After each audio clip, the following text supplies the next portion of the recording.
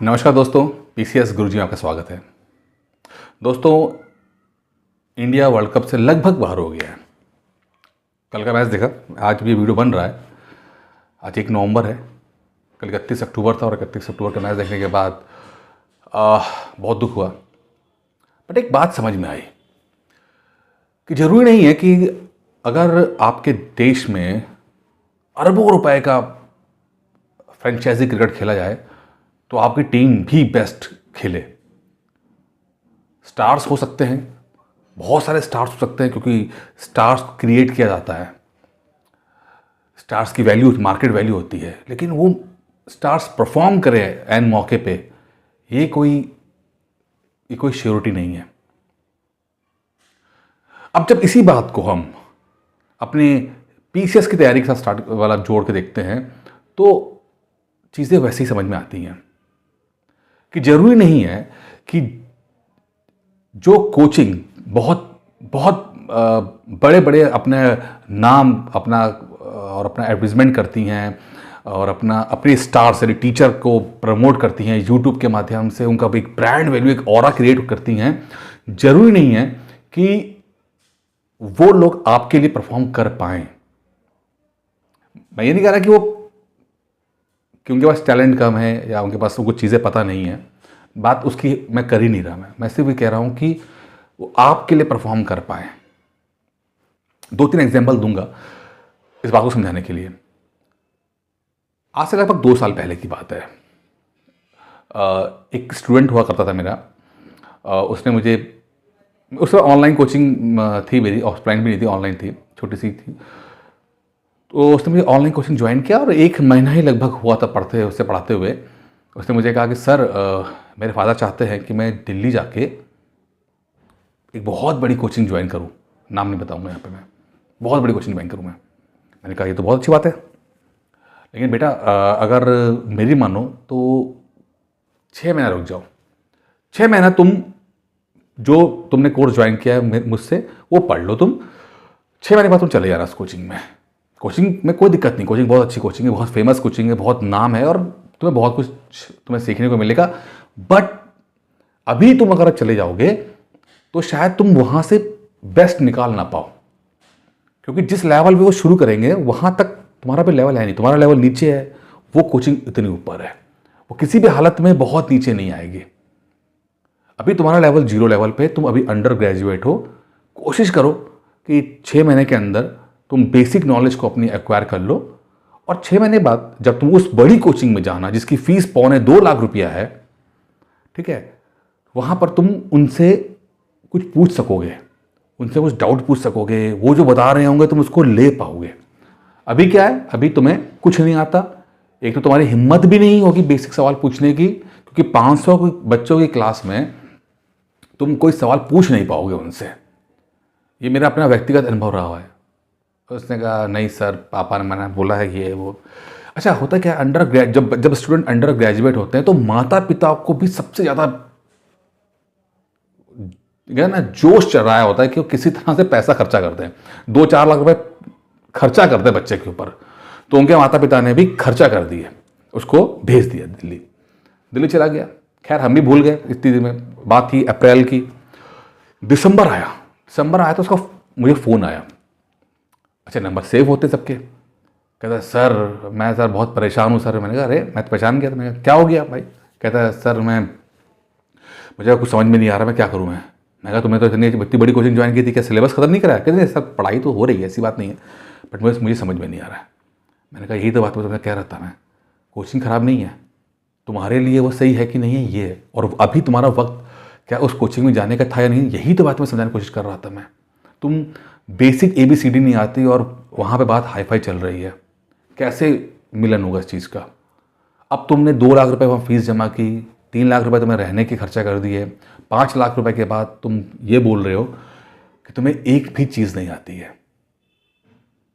कुछ ऐसे ही चीज़ें होती हैं जब मैं बाकी स्टूडेंट्स का देखता हूँ। मैं उस ऑरा में, उस ग्लैमर में फंस जाते हैं लोग। मैं अपना उदाहरण देता हूँ छोटा सा। मैं जब इंजीनियरिंग की तैयारी कर रहा था अपनी, चूँकि पापा मेरे बाहर रहे, आर्मी में थे, तो हम लोग दुनिया इधर उधर ट्रांसफ़र होकर घूमते रहते थे।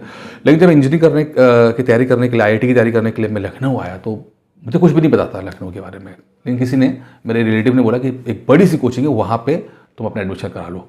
फिजिक्स वहाँ पढ़ाते थे। मैं चला गया, आज भी है वो कोचिंग, आज भी बहुत फेमस कोचिंग है। मैं गया वहाँ पर। वहाँ जाने के बाद देखा कि मैं 250-300 बच्चों की क्लास लगी हुई है। मैंने कहा 250-300 बच्चे, चलो कोई बात नहीं, कोने में नंबर आ गया था, कोने में बैठ गए थे हम। अब सर ने सवाल पूछना शुरू किया। मुझे आज भी अच्छी तरीके से याद है, इतने साल हो गए, 17 साल हो चुके हैं, मुझे आज भी याद है। सर ऑप्टिक्स पढ़ा रहे थे और सर ने कुछ बनाए डायग्राम और सवाल पूछे। अब मैं ये सोच रहा हूँ कि यार ये कहाँ तक किस चीज़ में था। अब कुछ जगह 8-10 बच्चे हाथ खड़ा कर रहे हैं, सर हम बताएं, सर हम बताएं। मैंने कहा यार ये बच्चे भी अभी 12th के पास करके आए हैं, मैं भी 12th पास करके आया हूँ, मैंने एनसीईआरटी पढ़ी है, मैं सीबीएसई बोर्ड का हूँ, ये कैसे, इनको कैसे आता है? मुझे तो, मैंने देखा तक कि नहीं है, हमारी तो एनसीईआरटी की किताबों में था ही नहीं है, तो ठीक है, और इनको कैसे आता है, मुझे क्यों नहीं आता है? और मैं कितना बड़ा गधा हूँ यार, मुझे कुछ आता ही नहीं है, ये कितने इनको आ रहा है, नॉलेज कितनी, ये कहाँ है, मैं कहाँ पर हूँ? मैं अपने आप को कोस रहा हूँ कि यार मैं कितना बड़ा गधा हूँ और ये लोग कितने इंटेलिजेंट हैं कि इनको इतना आता ही, हम सब हम उम्र हैं, और ये जिस चीज़ को मैंने सुना नहीं उसका ये आंसर दे रहे हैं। ये जो चीज़ मैं सुनी नहीं है उसको उसका आंसर दे रहे हैं। बाद में पता लगा कि यार ये जो सर हैं, ये बच्चे सर से 2 साल से पढ़ाई कर रहे हैं, ये 10th से पढ़ रहे हैं उनके पास, और सर ने भी टारगेट कर लिया है। सर ने भी कह दिया कि इस 300 बच्चों की क्लास में ये 20 बच्चे जो पिछले 2 साल से पढ़ रहे हैं, ये उनके रैंकर्स हैं, और बाकी 270 जो हैं वो उनके बैंकर हैं। मतलब 3 से तो सिलेक्शन होगा और बाकी 270 से सर का घर चलेगा। मैंने हार्डली 1 महीना पढ़ा था, उसके बाद मैं बर्दाश्त नहीं कर पाया उस टॉर्चर को बर्दाश्त नहीं कर पाया। मुझे अच्छी तरह था, मैंने आधी फीस पे की तो भाग गया था मैं, और फिर मैं उसको अपने हिसाब से पढ़ाई करना शुरू किया था। क्योंकि मैं ये नहीं कहा कोचिंग खराब थी, कोचिंग नहीं खराब थी साहब, कोचिंग खराब नहीं थी, मैं उस स्तर पे नहीं पहुंच पाया था। मुझे समय चाहिए था थोड़ा सा ज़्यादा। मैं चाहता था कि मैं अगर कोचिंग यहाँ शुरू करी थी, मैं यहाँ पर था, तो मैं चाहता था कि कोई यहाँ पर आकर मेरी हैंड होल्डिंग करे, यहाँ पर आके हैंड होल्डिंग करे। मेरा लेवल बहुत नीचे था। और जब मैंने भी अपना खुद पढ़ना शुरू किया और अपनी ट्यूशन लगाई, मैंने अपने वहाँ पे एक स्कूल के टीचर से ट्यूशन लगवाई, तब जाके मेरी हैंड होल्डिंग हुई, उसने मेरे बेसिक कॉन्सेप्ट ठीक किए। मेरी हिम्मत नहीं थी वहाँ पर मैं 300 बच्चों में सवाल पूछ सकूँ। यही आप लोगों के साथ भी होता है। जो अंडर ग्रेजुएट हैं या जो पहली बार दिल्ली जाते हैं, उनकी हिम्मत ही नहीं होती है कि 300, 400, 500 बच्चों की क्लास में सवाल पूछ सके, बेसिक सवाल पूछ सके। फिर क्या होता है, फिर डाउट्स पाइल अप हो जाते हैं। कोचिंग वाले बोलते रहते हैं अरे पूछो, सवाल पूछो, लेकिन आपकी हिम्मत ही नहीं होगी साहब, नहीं पूछ पाओगे आप, नहीं पूछ पाओगे। और हर क्लास के साथ तो आपके डाउट्स बढ़ते जाएंगे, बढ़ते जाएंगे, बढ़ते जाएंगे, और अंत में आप फ्रस्ट्रेट होकर पढ़ना छोड़ दोगे। आप फीस जमा करके पढ़ना छोड़ दोगे। एक मेरा स्टूडेंट है, वो बहुत बड़ी कोचिंग का स्टूडेंट रह चुका है, 2018 से पास आउट था। वो कहता कि सर जब हमारा बैच स्टार्ट हुआ था तो 300 बच्चों की क्लास था, बैच खत्म हुआ 25 बच्चे रह गए, 200-250 बच्चों ने फीस जमा करके क्लास पूरी नहीं की। फिर मैं कहूँगा कोचिंग गलती नहीं है, कोचिंग तो पढ़ाई रही थी, अच्छा स्टूडेंट नहीं थे तैयार।